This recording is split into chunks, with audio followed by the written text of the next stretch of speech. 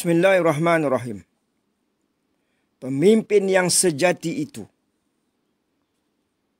dilantik bukan kerana menonjolkan diri, bukan hasil melobi, tapi kerana pautan hati.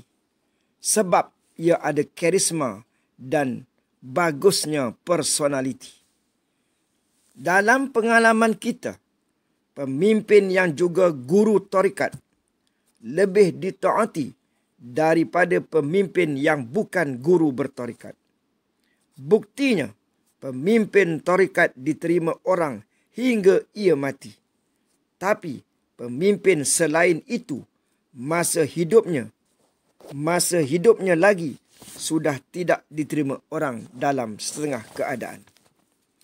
Jarang-jarang kita dapati pada akhir zaman seorang pemimpin yang berhimpun padanya sifat adil, mesra, kasih sayang dan pemurah.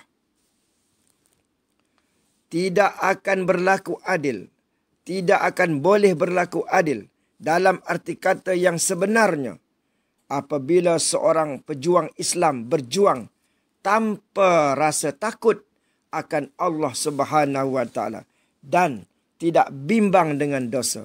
Seseorang pemimpin itu hendaklah berilmu dan berpengalaman, mesra, adil, pemurah, sabar dan berlapang dada. Kebiasaan ulama yang tidak rasmi, terutama golongan sufi, ada pengikut dan dihormati.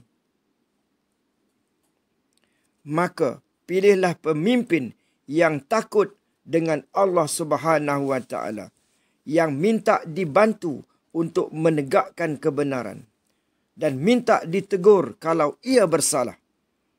Ia tidak menyebut jasanya dan tidak banyak membuat janji-janji manis. Maka siapakah pemimpin yang sejati itu? Maka pemimpin yang sejati itu, pemimpin yang berkredibiliti, pemimpin yang berkarisma itulah mujaddid. Dan apa yang telah saya bacakan tadi adalah ciri-ciri pemimpin yang sejati, iaitu mujaddid kurun yang ke-14, Fatah At-Tamimi.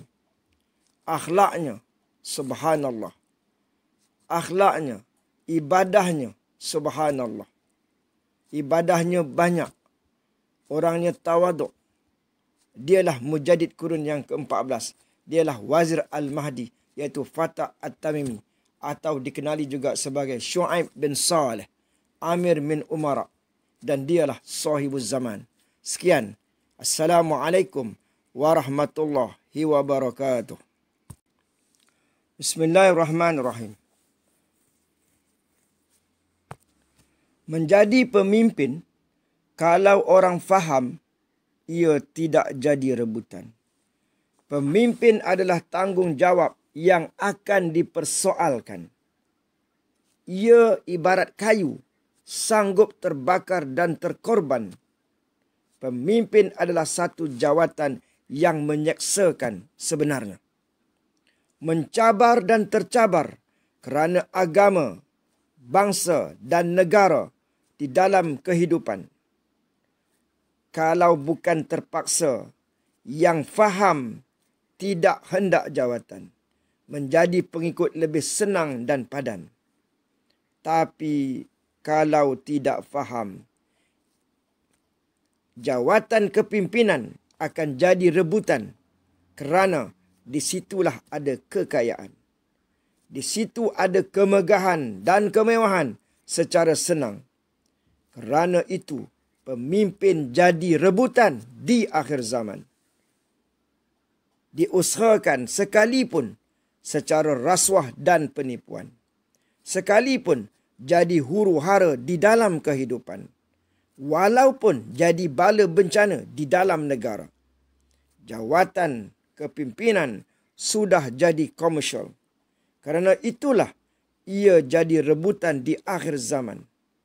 Kerana jawatan kepimpinan hingga timbul krisis dan pergaduhan. Terjadi peperangan dan pergaduhan. Terjadi jatuh menjatuhkan. Rakyat jadi mangsa. negara jadi pertaruhan, agama jadi mainan. Justru kepimpinan tidak menjadi rahmat, tetapi ini menyusahkan negara dan rakyat.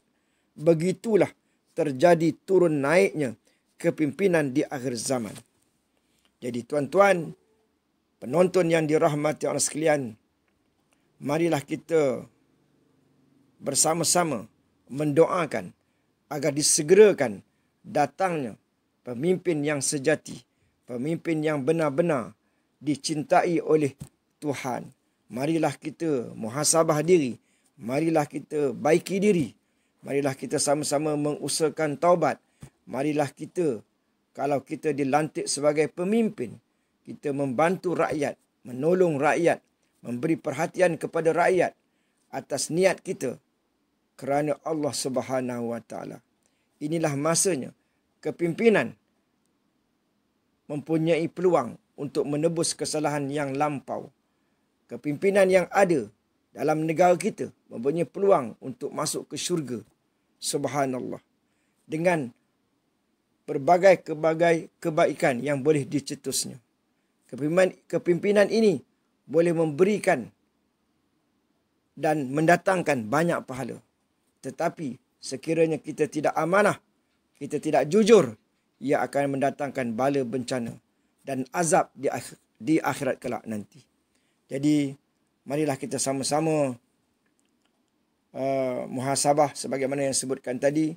Terutamanya saya, orang yang bercakap ini, maka kita sama-sama mendoakan supaya Malaysia ini aman damai, supaya Malaysia ini ditadbir dengan baik, sehinggalah negara kita menjadi sebuah negara yang disebut sebagai baldatun tayyibatun wa rabbun ghafur. Sekian, Assalamualaikum warahmatullahi wabarakatuh.